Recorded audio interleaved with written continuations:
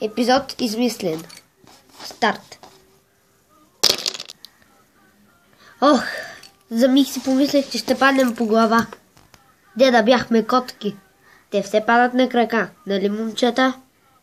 Да, наистина си прав, Кай. Хей, Кай! Ей, момчета, случайно да знаете къде е Лойд? Помниш, че той се жертва за нас, нали? Сега ще го намерим пак. Дано, успяхте да намерите мен.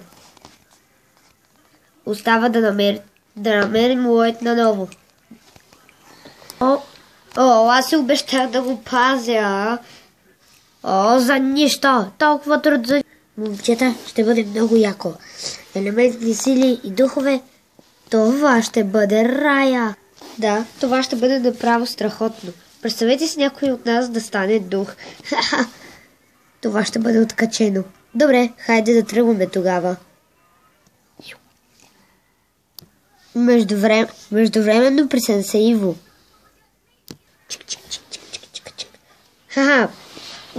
Почти успях да им разруша системата. Те никога вече няма да могат да полетят. И тогава ще падат в ръчичките на Моро, моя другар в битките. Ронин, какво правиш? Иво. Аз просто ви оправях компютъра. Ето, сега Wi-Fi работи чудесно. Ние и без това нямаме Wi-Fi. Какво си намислил? Какво си направил на компютъра? Веднага ни остави компютъра. Той е най-важната част от този... Никога се Иво. Аз ще го повредя и ще запази душата.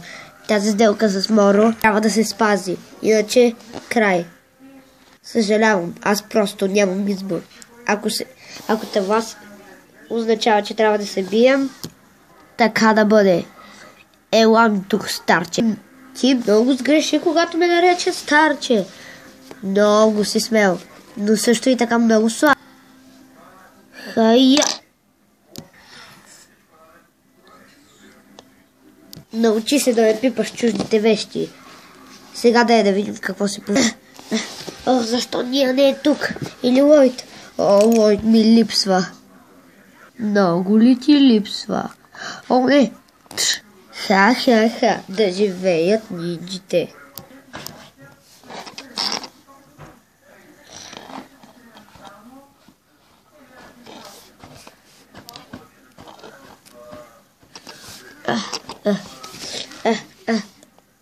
Междувременно. Моро, ти как мислиш да победим нинджите? Според мен Моро няма никакъв план. Защо трябва да слушаме него? Все пак съм дух змия. Змиите са важни, особено духовете змии. Но истинските духове, които наистина знаят какво е зло, те са истинските зло. Да не си посмял да ме пипнеш, иначе аз ще те пипна. Ау! До скоро, змийчо. Ха. Ей, момчета, аз го блъснаха, той не се отбранява. Бързо, дай ми 5.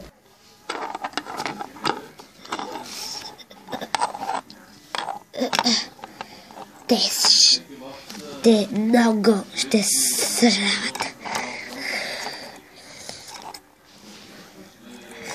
Ще поговоря с Ронин. Мисля, че едно бързо ухапване няма да навреди. Ха.